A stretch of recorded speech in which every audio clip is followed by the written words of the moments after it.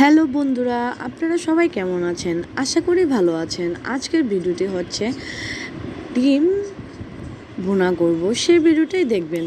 আমি ডিমগুলোকে লবণ হলুদ দিয়ে আলতো করে ভেজে নেব।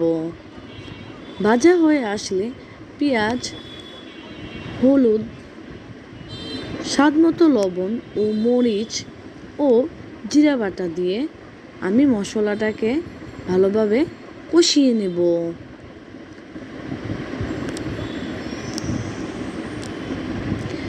এই যে আমার কষা হয়ে এসেছে, দেখতেও কালারটা খুব সুন্দর হয়ে এসেছে। তারপর আমি ভাজা ভাজা হয়ে আসলে টমেটোগুলো দিয়ে দেব, যেন রান্নার কালারটা আরও ভালো আসে।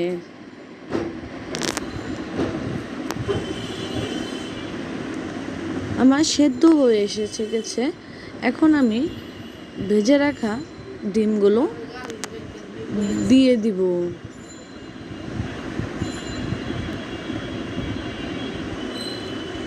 আমি নাড়াচাড়া দিয়ে ডিমগুলোকে মশলার সাথে ভালোভাবে